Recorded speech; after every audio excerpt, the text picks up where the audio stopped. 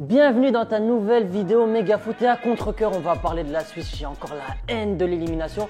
On a perdu contre ces buveurs de coca à la pause. Des prolongations, ils buvaient des maxi gorgées comme si c'était le tournoi du dimanche après-midi. Blague à part, la Suisse n'a pas démérité. La Nati n'avait jamais battu les Bleus en compétition officielle, mais qui sont-ils vraiment? Bon, pour commencer, on va revenir rapidement sur le match et on va essayer de comprendre pourquoi la Suisse a gagné contre nous, ou plutôt pourquoi les Bleus ont perdu contre la Suisse. Pour bien comprendre, il faut un petit peu remettre le contexte en place. La France avait une série de blessés, notamment au poste de latéral gauche, ce qui a obligé Didier Deschamps à inventer une solution. Donc on est parti pour le 3-5-2 avec Clément Lenglet dans l'axe et Kimpembe exilé à gauche, poste où il a été formé. D'ailleurs, ce 3-5-2 sur le papier, ça avait tout d'une bonne idée, mais ça n'a pas du tout fonctionné. Seigneur, quel échec! Clément Lenglet était complètement perdu dans cette défense, un petit peu à l'image de sa saison avec le Barça. C'est d'ailleurs lui le fautif sur le but de Seferovic. Et la question que je me pose, c'est pourquoi on n'a pas choisi Kurt Zouma? Il a l'habitude de jouer dans ce système à 3 défenseurs avec Chelsea. Clément Lenglet n'était pas dans son match, tout le monde l'a vu, et même Didier Deschamps qui le sort à la mi-temps. Changement de schéma tactique, on repasse à une défense à 4 beaucoup plus classique, et l'entrée de Kingsley Coman. L'entrée de Kingsley a fait beaucoup de bien aux Bleus et a obligé les Suisses à reculer et à jouer beaucoup plus bas. Résultat, 3 buts et à 10 minutes de la fin, le match était plié pour nos Bleus. Mais la Suisse mettait la pression et Didier Deschamps s'est senti obligé de réagir. Résultat, il sort Griezmann à la place de Sissoko, ce qui a déstabilisé l'équipe et on se fait rattraper. La suite, tu la connais, putain de tir au but. Et du coup, la France, on rentre déjà chez nous, mais encore un milliard de questions qui me trottent dans la tête. Pourquoi le choix à Moussa Sissoko à la place de Griezmann, sachant qu'on avait sur le banc Tolisso à 3-2? Une prolongation n'était pas inévitable et Tolisso permettait à l'équipe de France de garder la même identité de jeu. Sissoko n'a jamais trouvé sa place sur le terrain. Je ne comprends pas ce choix. Maintenant, on va un petit peu plus se focaliser sur la Suisse parce que oui, c'était peut-être l'échec des Bleus, mais c'est aussi le succès de la Nati. Revenons sur le parcours de la Suisse et ça avait plutôt mal commencé pour la Nati en phase de poule. Comme dirait le Duc Bouba, ce n'était pas bien. Un premier match face au Pays de Galles, un partout, enchaîné d'une défaite 3-0 contre l'Italie. Et enfin le match face à la Turquie où ils ont énormément souffert, mais ils se sont sauvés en gagnant et en arrachant cette 3e meilleure place. Une entrée en lice plutôt compliquée, mais attention, il ne faut pas sous-estimer la Suisse. Avant la compétition, il restait sur 6 victoires d'affilée et même 8 matchs sans défaite, dont un match nul contre l'Allemagne, 3 partout et un match nul contre l'Espagne. L'Espagne qui vont d'ailleurs retrouver en quart de finale et c'est assez historique pour ce petit pays de 8 millions d'habitants seulement. Petit point noir pour eux par contre, Granit Xhaka ne sera pas de la partie, il est malheureusement suspendu. Bon, Magadji c'est peut-être pas Petrouchka, mais mon gars sûr, c'est Petkovic, le sélectionneur de la Nati, est là depuis 2014. Résultat, Euro 2016, Coupe du Monde 2018, Final Four de la Ligue des Nations 2019 et maintenant l'Euro 2020.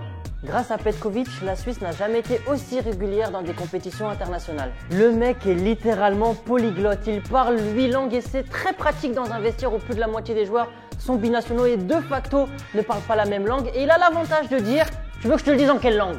Cerise sur le gâteau, petit record pour le sélectionneur qui va diriger son 78e match avec la Nati contre l'Espagne aujourd'hui pour le premier quart de finale de l'histoire de la Suisse. Ça c'est beau. Fini de parler du bonhomme, parlons de son travail. Il a construit une très belle colonne vertébrale. On l'a vu contre la France, Manuel Akanji, le défenseur du Borussia Dortmund, était taille patron.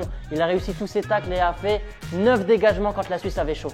Au milieu, le capitaine Granit Xhaka a fait un match exemplaire, 102 ballons touchés, 92% de passes réussies. Magnifique. Et à la pointe de l'attaque, Haris Seferovic, celui qui a mis un doublé cruel contre la France, n'est pas du tout un inconnu. Il est d'ailleurs 2e meilleur buteur du championnat portugais avec le Benfica Lisbonne. Et ce qui est bien avec cette Nati, c'est qu'ils ont quasiment gardé la même équipe qu'en 2018. Seuls 3 joueurs ont quitté le 11, Berami, Zemaili et Lichtsteiner. Pour finir, pour comprendre leur motivation, il faut savoir que cette équipe a beaucoup de pression. On peut penser qu'en Suisse, ils en ont rien à taper du foot. C'est faux, bienvenue au pays des polémiques. Bon, polémique épisode 1, 2, 10, bon je vais pas tous vous les faire, mais pour l'exemple, les joueurs sont venus au rassemblement avec des Ferrari, avec des Lamborghini et ça a été très mal perçu dans un pays où les clubs sont en grande difficulté à cause du Covid-19 et surtout aussi parce que le sponsor de la Nati c'est Volkswagen.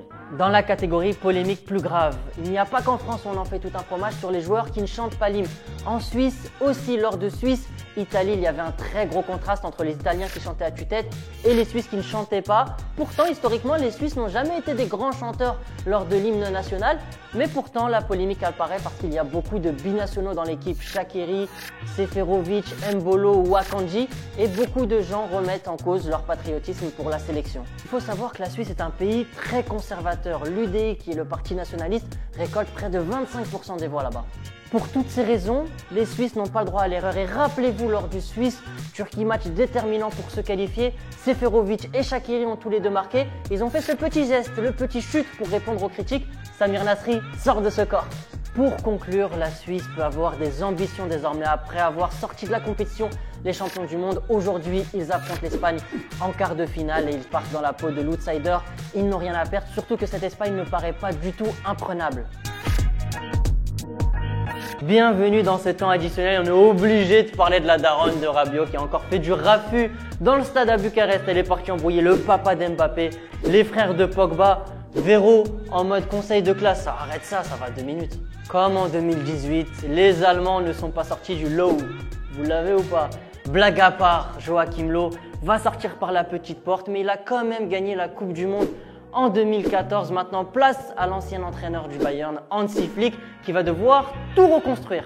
Le temps additionnel, c'est déjà terminé, mais on se retrouve très vite pour une nouvelle vidéo sur Megafoot.